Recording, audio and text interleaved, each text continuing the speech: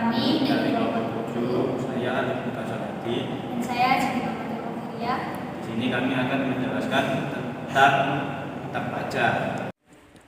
Pengertian utang pajak.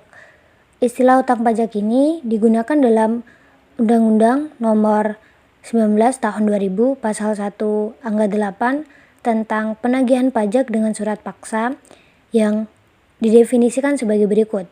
Utang pajak adalah pajak yang harus dibayar termasuk sanksi administrasi berupa bunga, denda, ataupun kenaikan yang tercantum dalam surat ketetapan pajak atau surat sejenisnya yang berdasarkan peraturan perundang-undangan perpajakan. Jadi, utang pajak ini timbul berkaitan dengan pelunasan surat ketetapan pajak dan atau pelaksanaan penagihan pajak. Jadi, utang pajak ini adalah kewajiban daripada si wajib pajak. Selanjutnya kita akan bahas tentang kapan timbulnya utang pajak itu. Timbulnya utang pajak di sini ada dua ajaran. Yang pertama tentang ajaran material dan yang kedua tentang ajaran formil. Dalam ajaran material ini menyatakan bahwa timbulnya utang pajak itu pada saat diundangkannya undang-undang pajak dan setelah terpenuhinya beberapa syarat seperti keadaan, peristiwa, ataupun perbuatan. Setelah syarat-syarat itu terpenuhi, maka dengan sendirinya akan timbul hutang pajak itu, walaupun belum ada surat ketetapan pajak oleh pejabat pajak. Jadi, fungsi daripada surat ketetapan pajak dalam ajaran material ini tidak menimbulkan hutang pajak, yang dalam istilahnya dapat kita sebut sebagai ketetapan yang deklarator atau tidak konstitutif, karena tidak menimbulkan hutang. Sebab hutang pajak sudah timbul pada saat dipenuhinya syarat-syarat tertentu itu. Dan untuk ajaran yang kedua yaitu ajaran formil. Dalam ajaran formil ini menyatakan bahwa hutang pajak baru timbul pada saat dikeluarkannya surat ketetapan pajak oleh pejabat pajak. Jadi selama belum adanya surat ketetapan pajak itu, belum ada hutang pajak walaupun kita sudah memenuhi syarat-syarat tertentu itu. Dalam ajaran ini, surat ketetapan pajak merupakan syarat yang mutlak yang dapat menimbulkan hutang pajak. Ketika tidak adanya surat ketetapan pajak, maka tidak akan ada hutang pajak juga. Yaitu berakhirnya utang pajak. Terdapat 5 hal yang dapat mengakibatkan hapusnya utang pajak, yaitu yang pertama, pembayaran utang pajak. Yaitu utang pajak yang melekat pada diri WP akan hapus dengan sendirinya jika telah ada pembayaran sejumlah uang atas pajak yang terutang. Yang diwajibkan membayar utang pajak adalah wajib pajak, yakni subjek pajak yang memiliki kewajiban untuk membayar pajak. Akan tetapi, pembayaran pajak dapat pula dilakukan oleh pihak ketiga yang tidak berkepentingan dengan ketentuan bahwa pihak ketiga tersebut bertindak atas nama wajib pajak. Yang kedua, kompensasi. Kompensasi merupakan salah satu penghapusan utang pajak yang diperkenankan dalam ketentuan perpajakan. Kompensasi ini hanya diperkenankan kalau terdapat kelebihan pembayaran pajak.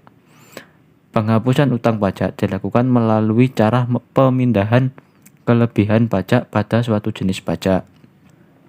Timbulnya karena jumlah pembayaran pajak melebihi jumlah pajak yang terutang. Untuk yang ketiga yaitu pembebasan pajak.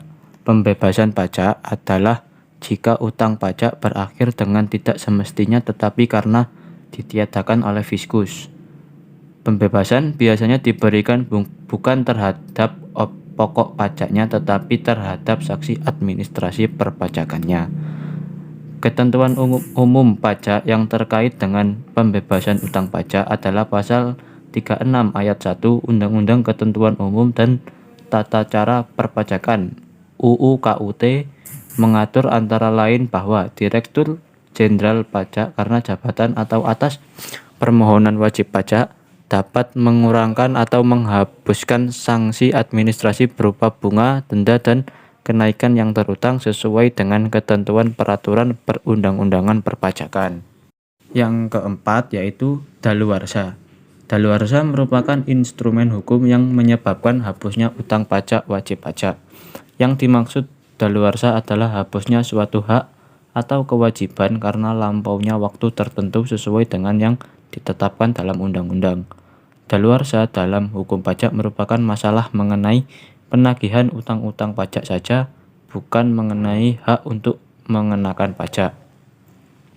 Hak untuk melakukan penagihan pajak termasuk bunga, denda, dan kenaikan, serta biaya penagihan pajak. Daluarsa setelah melampaui waktu 5 tahun terhitung sejak penerbitan surat tagihan pajak, surat ketetapan pajak kurang bayar, surat ketetapan pajak kurang bayar tambahan, surat keputusan pembetulan, surat keputusan keberatan, putusan banding, serta putusan peninjauan kembali. Ada pada pasal 22 ayat 1 Undang-Undang KUT. Untuk yang kelima, penghapusan pajak. Penghapusan pajak sama sifatnya dengan pembebasan. Hanya saja penghapusan ini diberikan karena keadaan pribadi wajib pajak, misalnya pailit atau bangkrut. Penghapusan utang pajak melalui proses penghapusan merupakan bentuk keadilan bagi wajib pajak yang memang benar-benar mengalami hal tersebut di atas.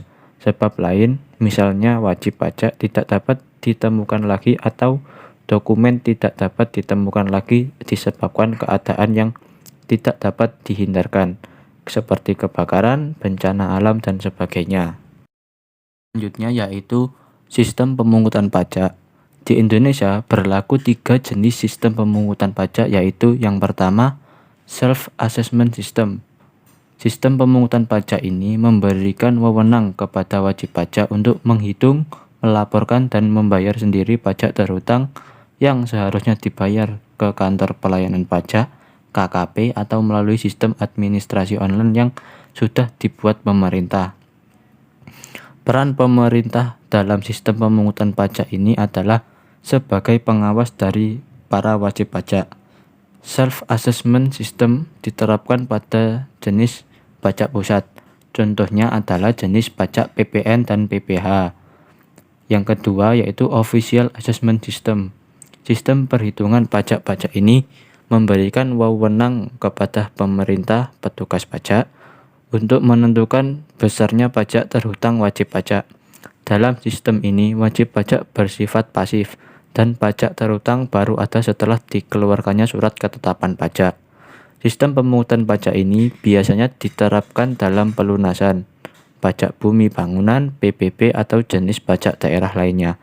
Namun sistem pemungutan pajak ini sudah tidak berlaku lagi setelah reformasi perpajakan pada tahun 1984. Untuk yang ketiga yaitu withholding system. Sistem perhitungan pajak ini memberikan wewenang kepada pihak lain atau pihak ketiga untuk memotong dan memungut besarnya pajak yang terhutang oleh wajib pajak. Pihak ketiga di sini adalah pihak lain selain pemerintah dan wajib pajak. Sebagai bukti atas pelunasan pajak, dengan menggunakan sistem pemungutan pajak ini biasanya berupa bukti potong atau bukti pungut. Contohnya adalah pemotongan penghasilan karyawan yang dilakukan oleh bendahara instansi terkait. Jadi karyawan tidak perlu lagi pergi ke KKP untuk membayarkan pajak tersebut. Jenis pajak yang menggunakan withholding system di Indonesia adalah PPh pasal 21, PPh pasal 22, PPh pasal 23, PPh final pasal 4 ayat 2, dan PPN.